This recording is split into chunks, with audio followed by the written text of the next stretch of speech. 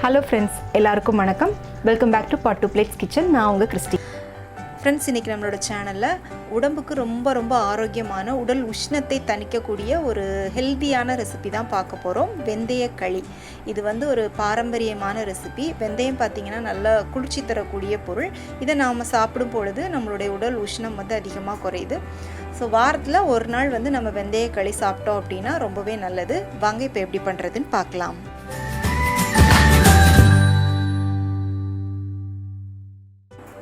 இதில் இன்றைக்கி வெந்தயக்களி பண்ணுறதுக்கு உண்டான பொருள் எல்லாம் நான் எடுத்து வச்சுருக்கேன். இதில் மெஷர்மெண்ட் கப்புக்கு 1 கப் அளவுக்கு பச்சரிசியை நல்லா கழுவிட்டு தண்ணி ஊற்றி ஊற வச்சுருக்கேன். இந்த 1 கப் பச்சரிசிக்கு நம்ம 2 டேபிள் ஸ்பூன் அளவுக்கு வெந்தயம் சேர்க்கணும். வெந்தயத்தையும் கழுவி தண்ணி ஊற்றி ஊற வச்சுருக்கேன். இன்றைக்கி இந்த வெந்தயக்களி நான் கருப்பட்டி போட்டு பண்ண போகிறேன். நீங்கள் கருப்பட்டி, உங்களுக்கு கருப்பட்டி இல்லை அப்படின்னா வெல்லம் கூட யூஸ் பண்ணி பண்ணலாம். இப்போ இந்த அரிசியும் வெந்தயத்தையும் பார்த்திங்கன்னா ஒரு 8 மணி நேரம் நல்லா ஊற வச்சு எடுத்துக்கோங்க. நான் நைட்டு ஃபுல்லாக ஊற வச்சு எடுத்து வச்சுருக்கேன். அதே மாதிரி பார்த்திங்கன்னா இன்றைக்கி நான் பச்சரிசி யூஸ் பண்ணி பண்ணுறேன். நீங்கள் இட்லி அரிசி இல்லை நார்மலாக நம்ம சாப்பாட்டுக்கு யூஸ் பண்ணுற புழுங்கல் அரிசியில் கூட இந்த வெந்தயக்களி பண்ணலாம். இப்போது நம்ம முதல்ல இந்த வெந்தயத்தையும் அரிசியும் நல்லா அரைச்சி எடுத்துக்கலாம். ரெண்டையும் ஒன்றா போட்டு அரைக்க வேண்டாம். ஃபஸ்ட்டு வெந்தயத்தை நல்லா அரைச்சிக்கோங்க. அரைச்சிட்டு அதுக்கப்புறமா அது கூட அரிசியை சேர்த்து அரைச்சிங்க அப்படின்னா நல்லா அரைப்பட்டுரும். ரெண்டையும் ஒன்றா சேர்த்து அரைக்கும் போது ஒவ்வொரு சமயம் வெந்தயம் அரைப்படாமல் போயிடும். அதனால் ஃபஸ்ட்டு வெந்தயத்தை அரைச்சிக்கோங்க. அரைக்கும்போது அது ஊற வச்ச தண்ணியையும் கூடவே சேர்த்து ஊற்றிக்கோங்க. அதை வேஸ்ட் பண்ண வேண்டாம். இப்போ இதை நம்ம முதல்ல அரைச்சி எடுத்துக்கலாம். இப்போ வெந்தயத்தை அரைச்சாச்சு பாருங்கள். இந்த மாதிரி நல்லா ஸ்மூத்தாக அரைச்சிக்கோங்க. இப்போ இது கூட நம்ம அரிசியை போட்டுடலாம்.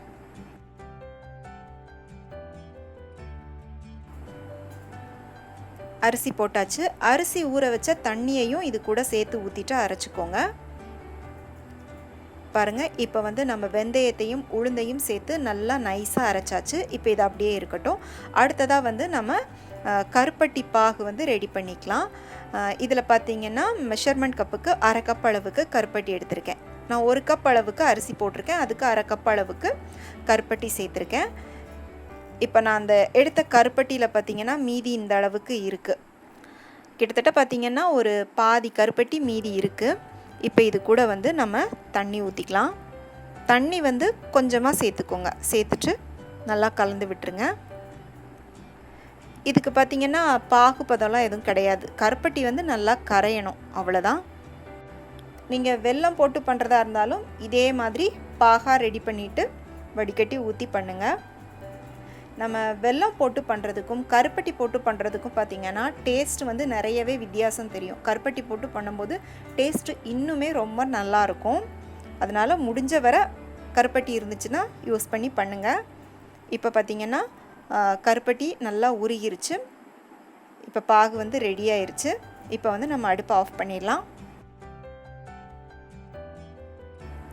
இப்போ வெந்தயக்களி நம்ம பண்ணுறதுக்கு இந்த மாதிரி ஒரு நான்ஸ்டிக் பேன் இல்லைன்னா உங்கள்கிட்ட அடி கனமான கடாய் இருந்துச்சு அப்படின்னா எடுத்துக்கோங்க.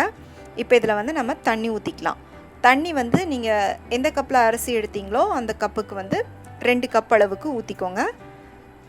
இப்போ தண்ணி பார்த்திங்கன்னா கொஞ்சம் கொதிக்கணும். அதனால் இதை ஒரு மூடி போட்டு மூடி கொஞ்சம் நேரத்துக்கு நம்ம கொதிக்க விட்டுக்கலாம். இப்போ பார்த்திங்கன்னா தண்ணி கொதிக்க ஆரம்பித்து பபிள்ஸ் வர ஆரம்பிச்சிருச்சு. இந்த நேரத்தில் நம்ம அரைச்சி வச்ச வெந்தயம் அரிசியை இதில் ஊற்றிடுங்க. ஊற்றிட்டு ஃபஸ்ட்டு கொஞ்ச நேரம் அடுப்பை கொஞ்சம் ஹை ஃப்ளேமில் வச்சு இதை கைவிடாமல் கிண்டி விட்டுட்டே இருங்க. இப்போ இதோட நம்ம கொஞ்சமாக உப்பு சேர்த்துக்கலாம். ரொம்ப கம்மியாக சேர்த்துக்கோங்க. ஒரு 1/4 டீஸ்பூனுக்கும் குறைவான அளவில் உப்பு சேர்த்துக்கோங்க. நீங்கள் இதை ஊற்றுனதுக்கப்புறமா பார்த்திங்கன்னா கைவிடாமல் கிண்டிகிட்டே இருக்கணும், இல்லைன்னா கட்டிப்பட்டுரும். இந்த மாதிரி கொஞ்சம் திக்காகி வர ஆரம்பிக்கும் போது என்ன பண்ணுங்கள், அடுப்பை நீங்கள் மீடியம் ஃப்ளேமுக்கு வச்சுட்டு திரும்பவும் நல்லா கிண்டி விட்டுட்டே இருங்க. நிறைய பேர் நினைக்கலாம் இது வெந்தயக்களி அப்படிங்கிறதுனால கசக்குமோ அப்படின்னு. கண்டிப்பாக துளி கூட கசப்பு இருக்காது. ஆனால் அந்த வெந்தயத்தோட ஃப்ளேவர் இதில் நல்லாவே உங்களுக்கு தெரியும். நல்லா டேஸ்ட்டாக இருக்கும். இப்போ பார்த்திங்கன்னா நல்லா திக்காகி வந்துருச்சு. இந்த ஸ்டேஜில் நம்ம வந்து ரெடி பண்ணி வச்சுருக்கிற கருப்பட்டி பாகை வந்து இதில் வடிகட்டி ஊற்றிக்கலாம். கருப்பட்டி பாகு ஊற்றிட்டு நல்லா வந்து கலந்து விட்டுக்கோங்க. இது பார்த்திங்கன்னா கொஞ்சம் மைல்டான இனிப்பில் தான் இருக்கும்.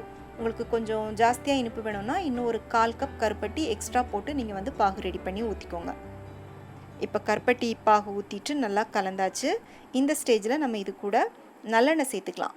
ஒரு ஸ்பூன் நல்லெண்ணெயாக ஊற்றி நீங்கள் வந்து கொஞ்சம் கிண்டிகிட்டே இருங்க. இப்போ வந்து அடுப்பை நல்லா சிம்மில் வச்சுக்கோங்க. நான் வந்து பார்த்திங்கன்னா மொத்தம் ஒரு 4 டீஸ்பூன் நல்லெண்ணெய் சேர்த்துருக்கேன். நெய் சேர்க்க வேண்டாம், கண்டிப்பாக நல்லெண்ணெய் சேர்த்து பண்ணுங்கள். இப்போ வந்து நல்லெண்ணெய் சேர்த்து நம்ம வந்து நல்லா கிளறியாச்சு பாருங்கள். இப்போ அந்த கடாயில் ஒட்டாமல் நல்லா களி வந்து அப்படியே திரண்டு வந்திருக்கு. இதுதான் வந்து பக்குவம். இப்போ இது வெந்துருச்சா அப்படின்னு எப்படி செக் பண்ணுறதுன்னு உங்களுக்கு சொல்கிறேன். கையில் வந்து கொஞ்சம் தண்ணி வந்து நனைச்சிட்டு இதை வந்து நீங்கள் தொட்டு பார்த்தீங்க அப்படின்னா நல்லா கையில் வந்து ஒட்டாமல் வரணும். அதுதான் வந்து பக்குவம். இப்போ நம்மளோட வெந்தயக்களி வந்து ரெடி ஆயிருச்சு. இப்போ கையில் வந்து நம்ம தண்ணி தொட்டுட்டு இதை வந்து உருட்டி எடுத்துக்கலாம். இந்த மாதிரி உடம்புக்கு ஆரோக்கியம் தரக்கூடிய ஹெல்த்தியான ரெசிபிஸ் நம்மளுடைய சேனலில் நிறைய இருக்குது. நான் நிறைய அப்லோட் பண்ணியிருக்கேன். அதுக்கான லிங்க் எல்லாம் நான் உங்களுக்கு கீழே டிஸ்கிரிப்ஷனில் கொடுக்குறேன். மறக்காமல் வந்து செக் பண்ணிக்கோங்க. ரொம்ப யூஸ்ஃபுல்லாக இருக்கும். இப்போ இந்த வெந்தயக்களியை வந்து ஒரு பிளேட்டில் வச்சுட்டு என்ன பண்ணுங்கள், அது நடுவில் இந்த மாதிரி ஒரு சின்ன ஹோல் போட்டுட்டு கொஞ்சமாக கருப்பட்டி பாகு இல்லைனா பவுட்ரு பண்ண கருப்பட்டி போட்டுக்கோங்க. நீங்கள் சாப்பிடும்போது அதோடு சேர்த்து சாப்பிட்டீங்க அப்படின்னா ரொம்ப டேஸ்ட்டாக இருக்கும். ஸோ கண்டிப்பாக வந்து இந்த ஹெல்த்தியான ரெசிபியை ட்ரை பண்ணி பாருங்கள். செஞ்சு பார்த்துட்டு எப்படி இருந்துச்சுன்னு உங்களுடைய கருத்துக்களை எனக்கு மறக்காமல் கீழே கமெண்ட் செக்ஷனில் சொல்லுங்கள். இந்த ரெசிபி பிடிச்சிருந்தா உங்கள் ஃப்ரெண்ட்ஸ் அண்ட் ஃபேமிலிக்கு ஷேர் பண்ணுங்கள். மீண்டும் வேறொரு ரெசிபியோடு சந்திக்கிறேன். நன்றி, வணக்கம்.